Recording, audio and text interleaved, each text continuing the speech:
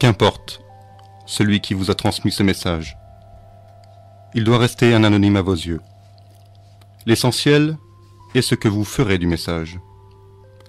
Chacun de vous désire exercer son libre arbitre et vivre le bonheur. Ce sont là des attributs qui nous ont été montrés et auxquels nous avons désormais accès. Votre libre arbitre dépend de la connaissance que vous avez de vos propres pouvoirs. Votre bonheur dépend de l'amour que vous donnez et recevez. Comme toutes les races conscientes à votre stade de progrès, vous pouvez avoir le sentiment d'être isolé sur votre planète. Cette impression vous rend sûr de votre destinée.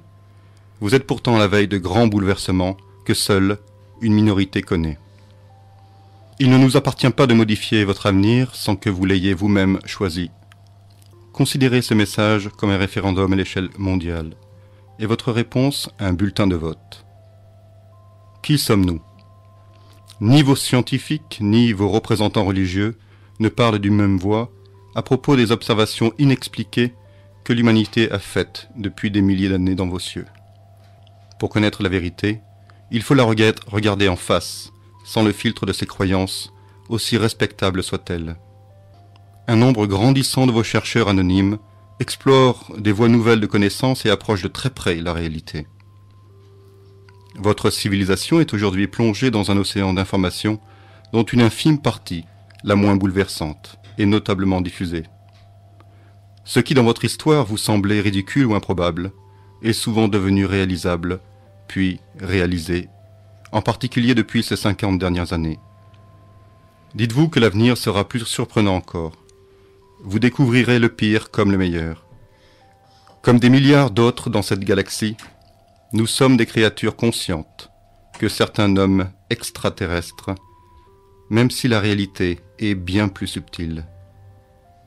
Il n'existe aucune différence fondamentale entre vous et nous, si ce n'est l'expérience de certaines étapes de l'évolution. Comme dans toute structure organisée, il existe dans nos relations internes une hiérarchie. La nôtre est fondée sur la sagesse de plusieurs races. C'est avec l'aval de celle-ci que nous nous adressons à vous. Comme la plupart d'entre vous, nous sommes en quête de l'expérience de l'être suprême. Nous ne sommes donc pas des dieux ou demi-dieux, mais bien vos égaux, dans la fraternité cosmique. Physiquement, nous sommes sensiblement différents de vous, mais pour la plupart de forme humanoïde. Notre existence est une réalité, mais la majorité d'entre vous ne l'aperçoit pas encore. Nous ne sommes pas de simples observations, nous sommes des consciences, tout comme vous l'êtes. Nous échappons à votre entendement, car nous restons invisibles la plupart du temps, à vos sens et instruments de mesure. Nous souhaitons combler ce vide à ce moment de votre histoire. Nous avons pris cette décision collective, mais cela n'est pas suffisant. Nous avons besoin de la vôtre. Par ce message, vous devenez seul décideur, vous, personnellement. Nous n'avons aucun représentant humain sur Terre qui pourrait guider votre décision. Pourquoi ne nous sommes pas visibles ? À certains stades d'évolution, les humanités du cosmos découvrent de nouvelles formes de science au-delà de la maîtrise apparente de la matière. La dématérialisation et la matérialisation structurée en font partie. C'est ce que votre humanité a atteint dans certains laboratoires, en collaboration avec d'autres créatures extraterrestres, au prix de compromissions hasardeuses, qui restent volontairement cachées par quelques-uns de vos représentants. En dehors des phénomènes et objets aériens ou spatiaux connus de votre communauté scientifique, ce que vous appelez OVNI sont des vaisseaux manufacturés multidimensionnels appliquant ces facultés. De très nombreux êtres humains ont été en contact visuel, auditif, tactile ou psychique avec de tels appareils, dont certains sont aux mains de puissances occultes qui vous gouvernent. La rareté de vos observations est due aux avantages considérables que procure l'état dématérialisé de tels nefs. En ne les voyant pas vous-même, vous ne pouvez y croire, nous le comprenons aisément. La majorité de ces observations sont faites à titre individuel pour toucher l'âme et non pour modifier un système organisé. Cela est tout à fait volontaire de la part des races qui vous entourent, mais pour des raisons et des résultats très différents. Pour les créatures multidimensionnelles négatives, qui participent à l'exercice du pouvoir dans l'ombre de l'oligarchie humaine, la discrétion est motivée par le maintien en place de l'ignorance, de leur existence et de leur mainmise. Pour nous, la discrétion est motivée par le respect du libre arbitre humain que l'homme peut exercer pour la gestion de ses affaires afin que seul, il puisse parvenir à la maturité technique et spirituelle. Son entrée dans la famille des civilisations galactiques est très espérée. Nous pouvons apparaître au grand jour et vous permettre de réaliser cette union. Nous ne l'avons pas fait jusqu'à présent, car trop peu d'entre vous l'ont désiré sincèrement, par méconnaissance, par indifférence ou par peur, et car n'était pas l'urgence de la situation. Beaucoup de ceux qui étudient nos apparitions comptent les lumières dans la nuit sans éclairer la voie. Souvent raisonnent-ils en termes d'objets lorsqu'il s'agit de conscience. Qui êtes-vous ? Vous êtes les descendants de nombreuses traditions qui, au fil du temps, se sont enrichies de leur rapport mutuel. Il en est de même des races que compte la surface de la Terre. Votre but est de vous unir dans le respect de cette racine pour accomplir un projet commun. L'apparence de vos cultures semble vous séparer, car vous la substituez à votre être profond. La forme a pris le pas sur l'essence de votre nature subtile.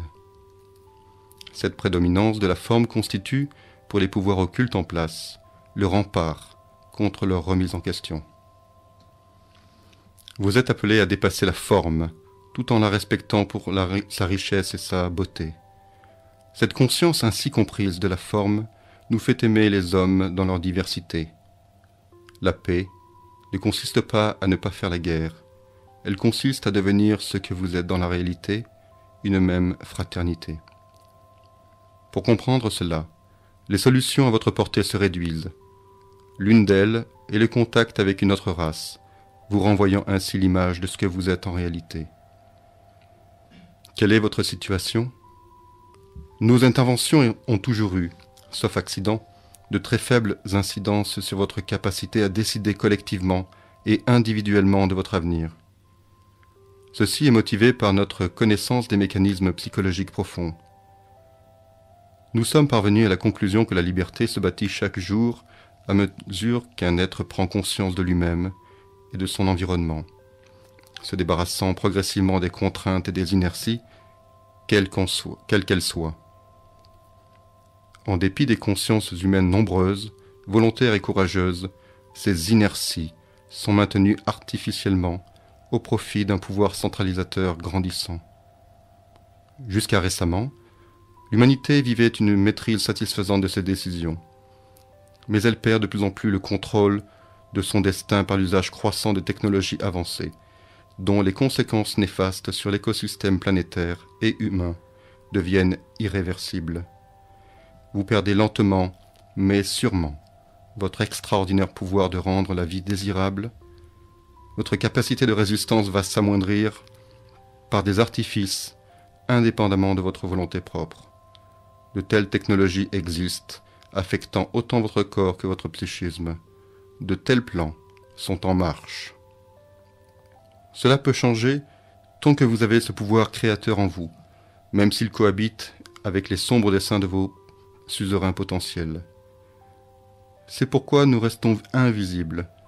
Ce pouvoir individuel est appelé à disparaître si un sursaut collectif de grande magnitude ne survient pas. La période à venir est celle de la rupture, quelle qu'elle soit. Mais faut-il attendre le dernier moment pour trouver des solutions ? Faut-il prévenir ou guérir la douleur ?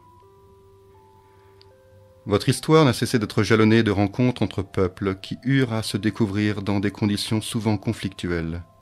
Les conquêtes furent presque toujours vécues au détriment de quelques-uns. La terre est devenue pour vous un village où tout le monde se connaît, mais les conflits persistent et les menaces de toute nature s'aggravent en durée et en intensité. L'être humain, en tant qu'individu, bien qu'ayant de nombreux pouvoirs potentiels, ne peut les exercer dignement. Ceci est le cas de la très grande majorité d'entre vous, pour des raisons essentiellement géopolitiques.